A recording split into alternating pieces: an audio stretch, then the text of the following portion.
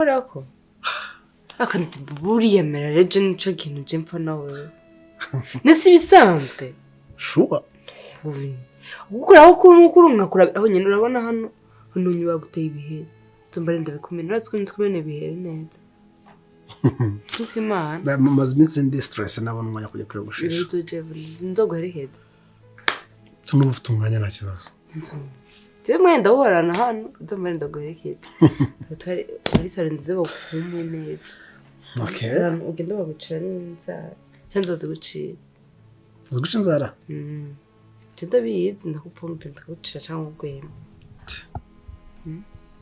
zigucira neza sorry Ushali baby nagiye kwa papa nimba ndakubwiye yego sawa ndaza kubisha nade sawa konde Shirongera umugabo inde sheri wanjye ufite sheri abana magana muri cyana sheri ngira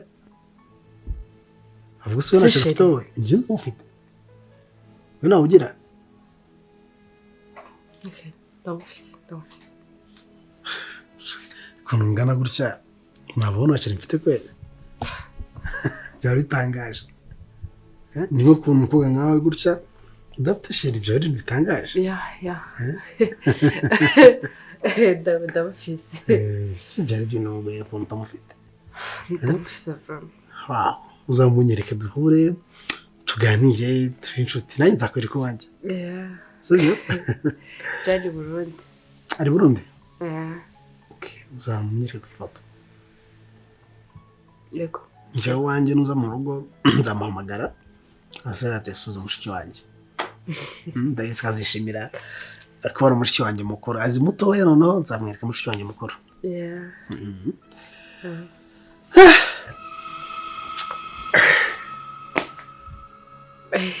niki ndeke ndabikunda ibije kumva ko ufite sheri yagushimishije gutyo ntabwo nzi nyine ko ufite sheri ubungu nkawe ndabona nyine ugira ngo ubu uri mu kazi kenshi nta by'urukundo uri mu kazi akazi kose umuntu yakora ku myaka dufite ntabwo umuntu agomba kubura sheri agomba kugira umuntu umwitaho umuba hafi akakuruhura stress yego none wafunguye ntabwo ndarya urashaka gutaha muri ukajya gufungura none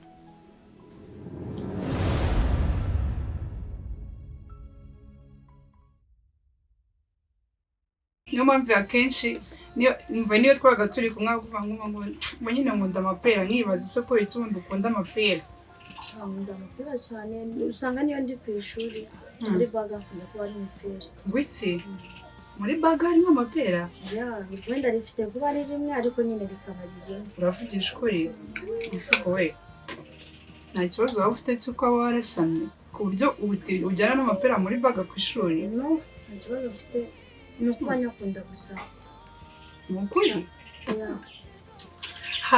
mva wakoze cyane basi mva ngenda yakunda byatari ni byiza umwana mwiza ngo uhorane pe bana zo gukeka ubona ko nawe ntitewe wapi ni uko bandi kubona shawe ni ukuri nababara se diya bundi ko nakikubona sigaye nkubona gake bishoboka kandi imbere wajya kuva ku ishuri ukaba wanamamagara cyangwa ukananyuraho tukaganira none sinyikubona ibaze ko nafashe umwanzuro wo kuza kukureba nibaza nyine ikibazo usigaye ufite muri iyi minsi hasi z'ubuzima no kujya ku ishuri nkataha naniwe no kwa gutaha naniwe mba mfite nyine ibintegereje hari ahantu banza guca kugira ngo nkurukiremo kugira ngo mbone ayantunga nyine igihe ntagiye ku ishuri ushaka uburyo utanahamagara ngo ati riri biti umeze ute ibyo ngibyo nabyo bikakugora diya ntabwo ariyo mpamvu ni ukubera nta mayinite ngira kuri fone kubera ko urumva ubwo buzima kugira ngo nzabone ibyo nyine nayo nawe kugira ngo mpaha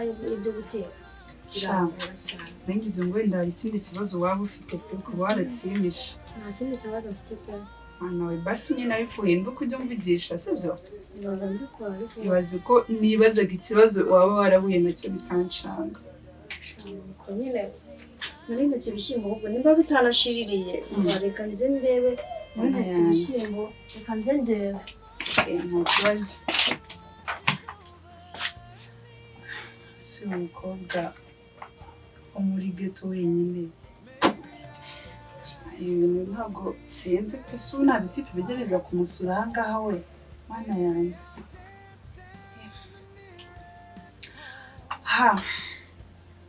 Kandi yabaye ryari? What? No. Narebye neza cyangwa narebye nabi? Uyu ninde ndi kubona?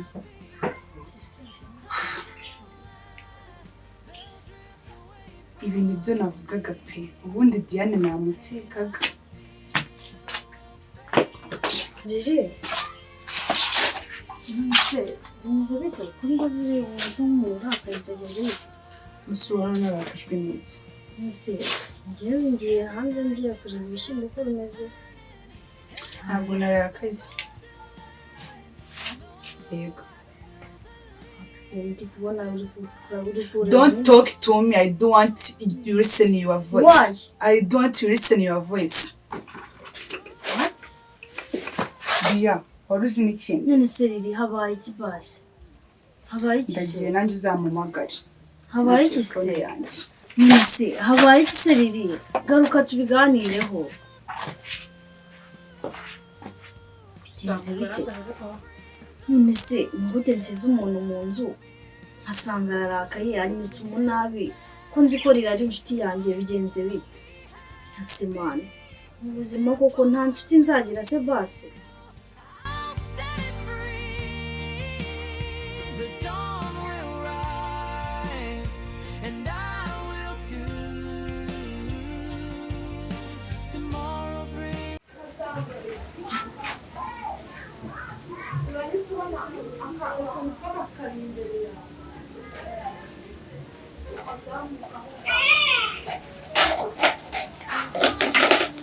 Nabona gutindiye.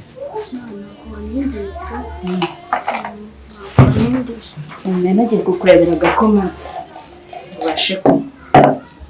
Wari umeze neza ariko. Ndabona utanishimye. Musukire agakoma winywere. Naho ubundi rero ndabona utanishimye ubumbire. Ndishimye nta kibazo. Agakoma kararyoshye n'akamasaka nihingiye. Ngaho. Nta kibazo. Iyo sanze nari maze kunywa. Ko bitoje se.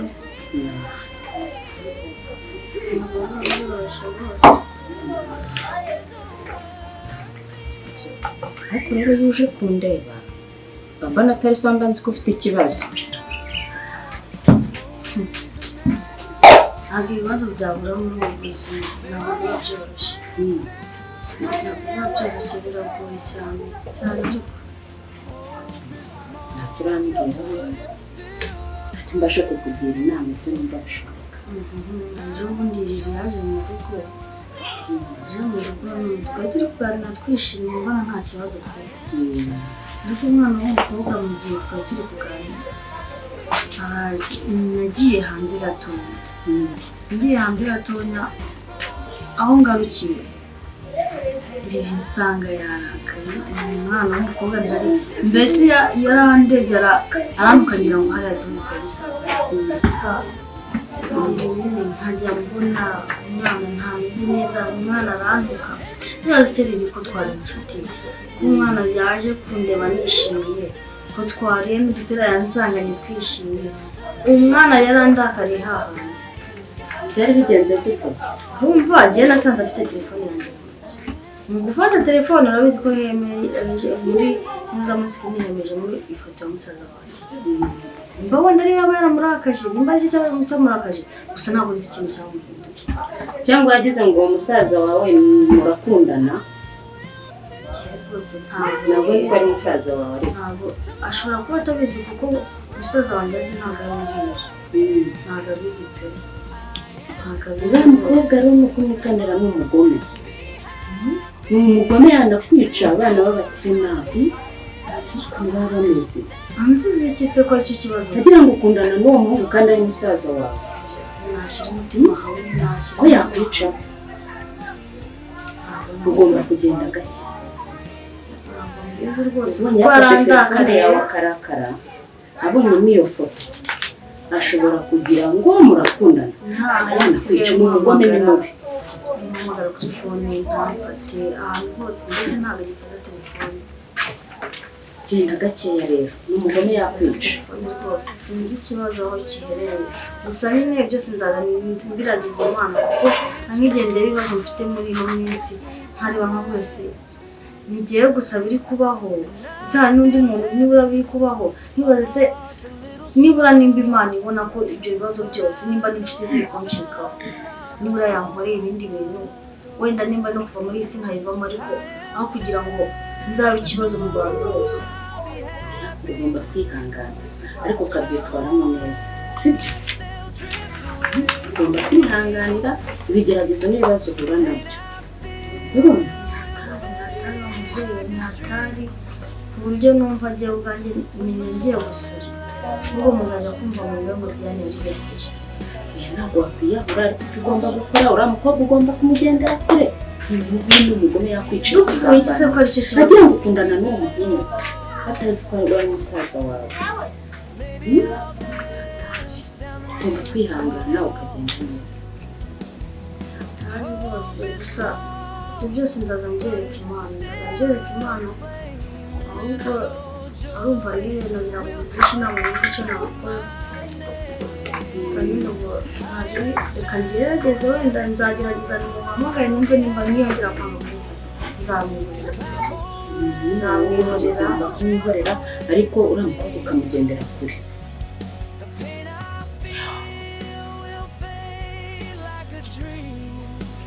ese kuri kuriya bazi byagenze biti fizi cyangwa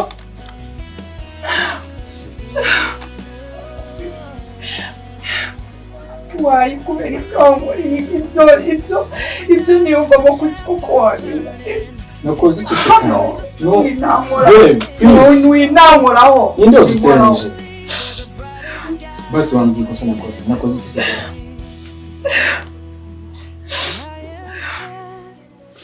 baby shawaretse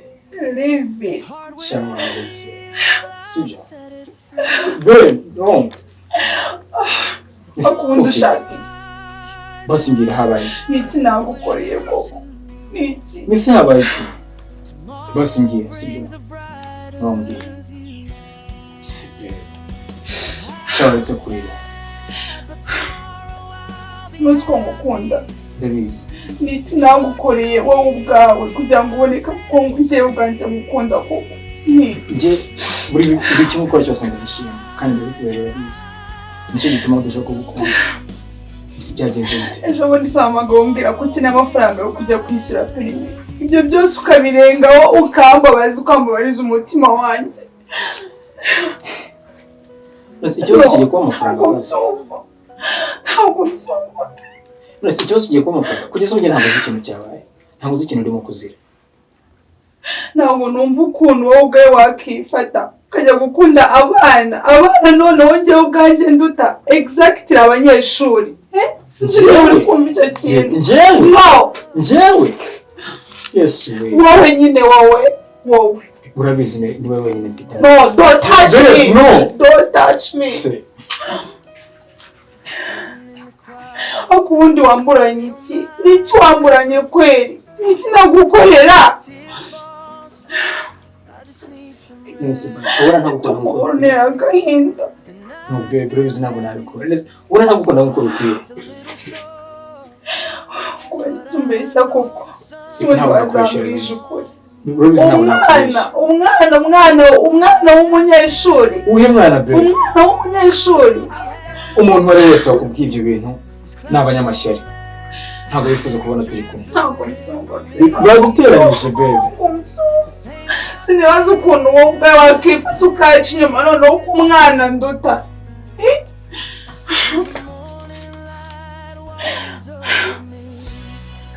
winkoraho sishe ninde duteranyije ibyo wirirwa munsi urabiyobewe urabizi igihe gusa ntabwo nawe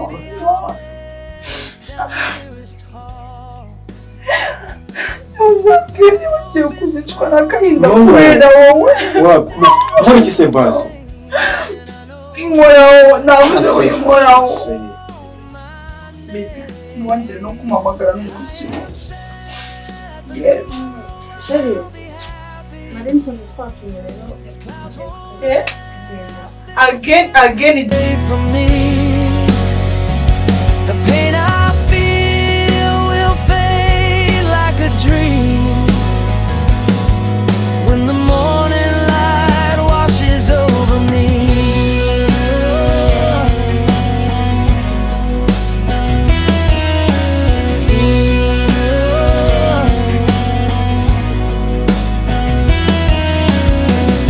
Every night's just a chapter turning. Every tear is a soul still learning. And though I'm low, I still believe there's a brighter sky waiting for me. I am sad, but tomorrow I'll be happy. This heart will heal, I'll set it free. The dawn will rise and I will too. Tomorrow brings